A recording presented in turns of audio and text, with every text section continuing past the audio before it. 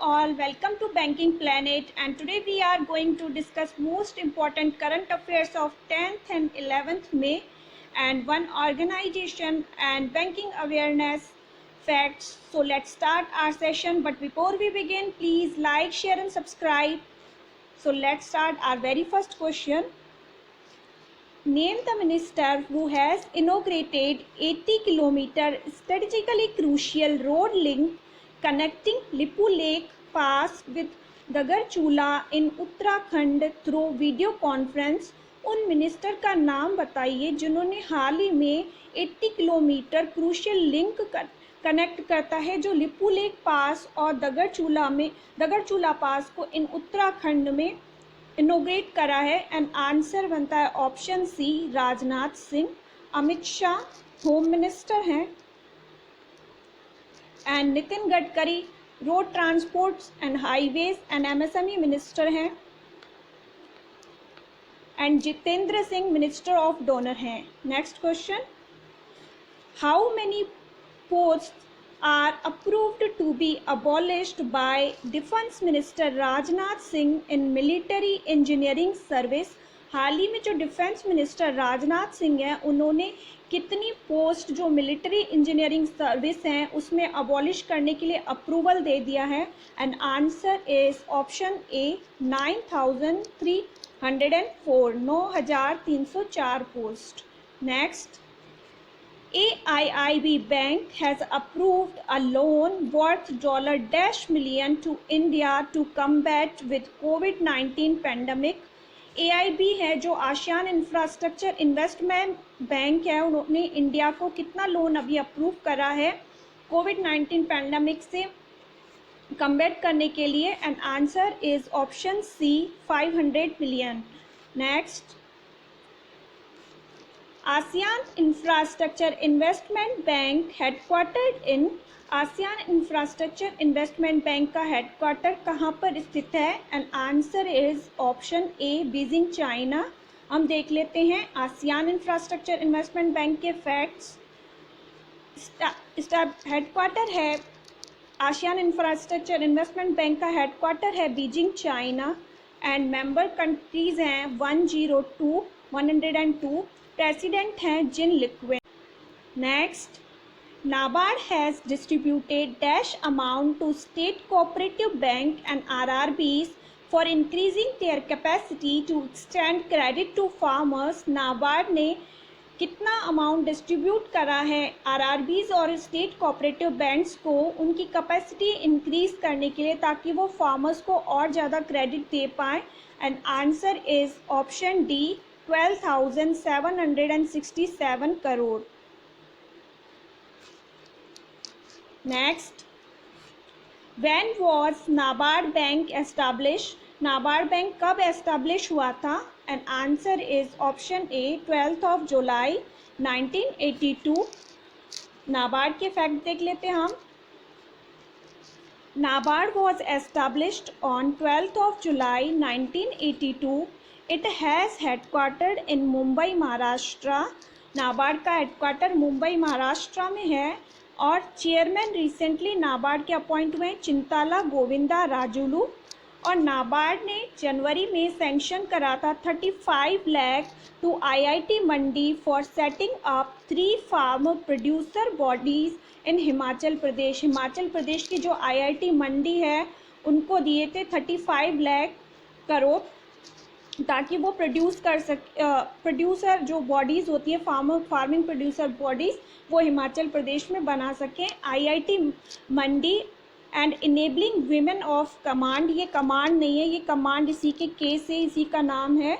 Society will collaborate on setting up farmer producer organisation in Mandi district of Himachal Pradesh. तो IIT Mandi और enabling women of command ने collaborate करा है। NABARD approved ₹140 crore at low interest to Punjab agri development bank. और नाबार्ड ने दूसरा loan जो है 140 करोड़ का दिया है पंजाब अग्री डेवलपमेंट बैंक को।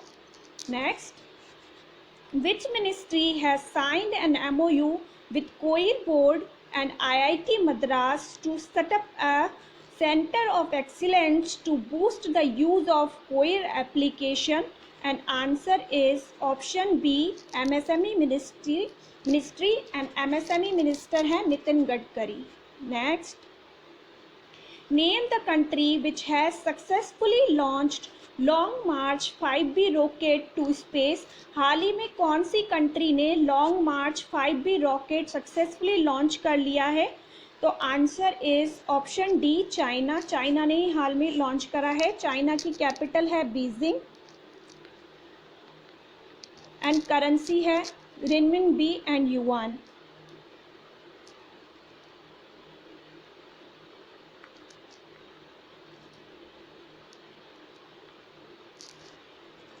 एंड चाइना और इंडिया की एक एक्सरसाइज है हैंड इन हैंड, जो रिसेंटली उमरोई मेघालय में हुई थी.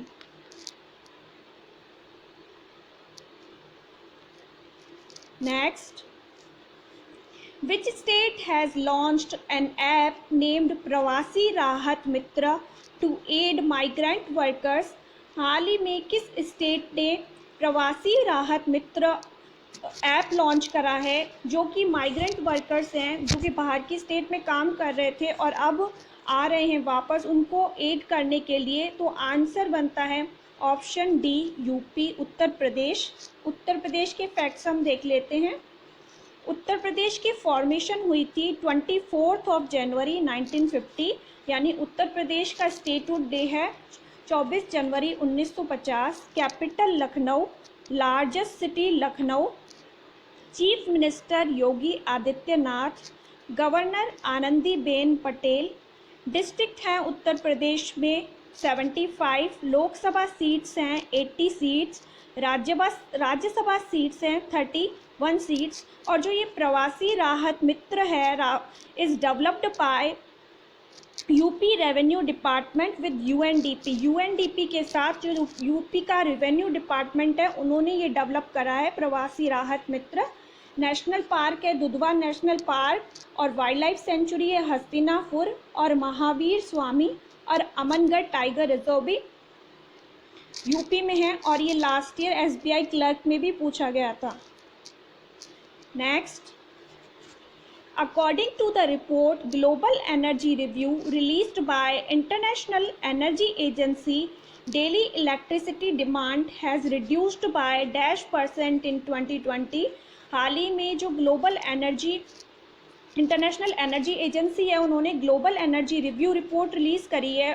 उसके अकॉर्डिंग डेली जो इलेक्ट्रिसिटी डिमांड है वो कितनी डिक्रीज हुई है? And answer is 15%.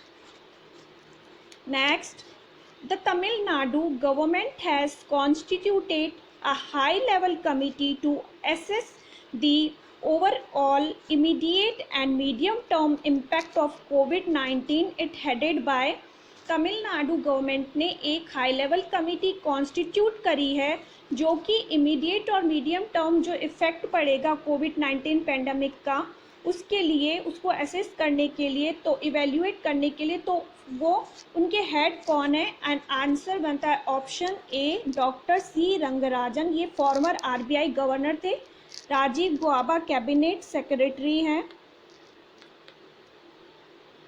Amitabh Kant CEO of NITI Aayog. And Debashish पांडा को रिसेंटली आरबीआई के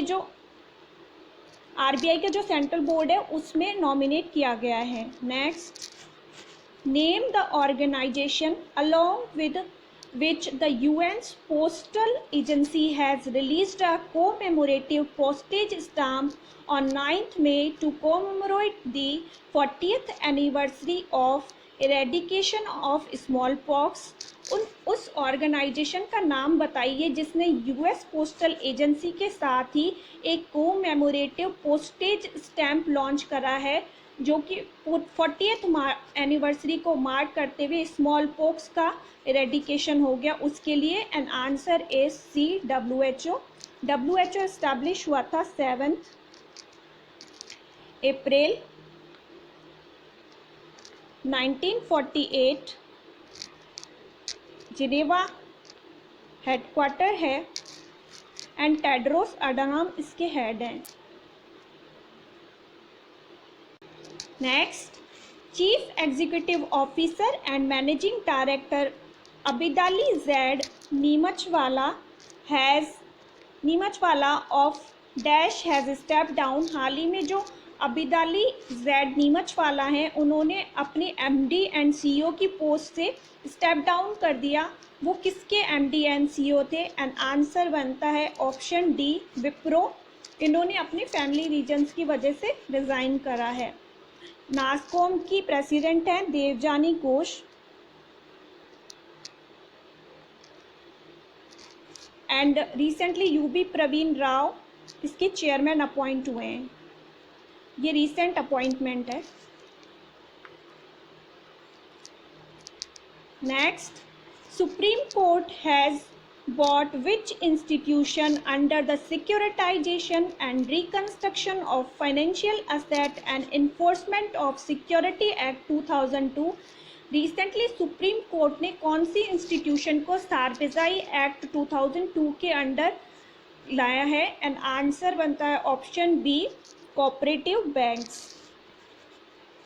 एग्जामिनर इसकी भी फुल फॉर्म पूछता है सार्फिजाई एक्ट की, तो आप इसे लर्न कीजिएगा। Next, on which day the birth anniversary of Maharana Pratap Singh is celebrated every year? And answer is option A, 9th May। 8th May को red cross day and red crescent day celebrate किया जाता है। 2nd May को world tuna day and 1st May को labour day celebrate किया जाता है। Next, SBI has slashed benchmark landing rate by dash basis point. Recently SBI ने जो बेंचमार्क लैंडिंग रेट है वो कितना रिड्यूस कर दिया है? And answer is option C, 15 basis point. SBI founded हुआ था, एस्टैब्लिश हुआ था 1955 में। हेडक्वार्टर है मुंबई, चेयरमैन है Rajnish Kumar and MD and CEO हैं SC Shetty. Next, union minister for road transport and highways has set road construction target for next 2 years at rupees dash lakh crore during virtual meet of MORTH and SIAM, and answer is option B, 15 lakh crore. Next, ये है types of banking. Overseas banking, when a bank opens its branch in overseas market, when a bank opens its branch in a foreign country for doing business, it is called overseas bank. समझिएगा, जब एक bank है अपनी branches दूसरी countries में open करता है, जैसे कि एक इंडिया का बैंक है वो अपनी ब्रांचेस किसी दूसरी कंट्री में, फॉरेन कंट्री में जैसे US, सिंगापुर में ओपन करता है, तो उसके लिए वो ओवरसीज़ बैंकिंग कहलाई जाएगी। यानी कि एक बैंक की दूसरी कंट्रीज़ में ब्रांचेज होना ओवरसीज़ बैंक। नेक्स्ट हम देखते हैं offshore banking, when a person has its bank account in a foreign country, किसी भी फॉरेन कंट्री के बैंक में जो अकाउंट हो for doing business in that case this bank is offshore bank for him. जब वो ऑफशोर किसी दूसरी अदर कंट्री की बैंक में अपना अकाउंट ओपन करवाता है तो उसे ऑफशोर बैंकिंग कहा जाता है। इस्लामिक बैंकिंग थर्ड है, when a bank does business on the terms of profit and loss sharing, it is called Islamic banking. यानी कि इस्लामिक बैंकिंग में इंटरेस्ट नहीं दिया जाता, प्रॉफिट और लॉस शेयरिंग की जाती है। जब इस्लामिक बैंक को लॉस होता है तो वो कस्टमर के अकाउंट से अपना जो वो होता है लॉस के लिए जितना भी इनका शेयर बनता है वो ले लेते हैं। और फर्स्ट जो ये जो स्टार्ट हुआ था इजिप्ट में हुआ था इस्लामिक बैंकिंग, और जो वर्ल्ड का सबसे लार्जेस्ट इस्लामिक बैंक है वो दुबई इस्लामिक बैंक है, और ये शरीयत के कानून पर काम करता है। आई होप आपको सब क्लियर होगा। So that was it for today. Stay tuned, stay safe, have a nice day, bye bye, like, share and subscribe.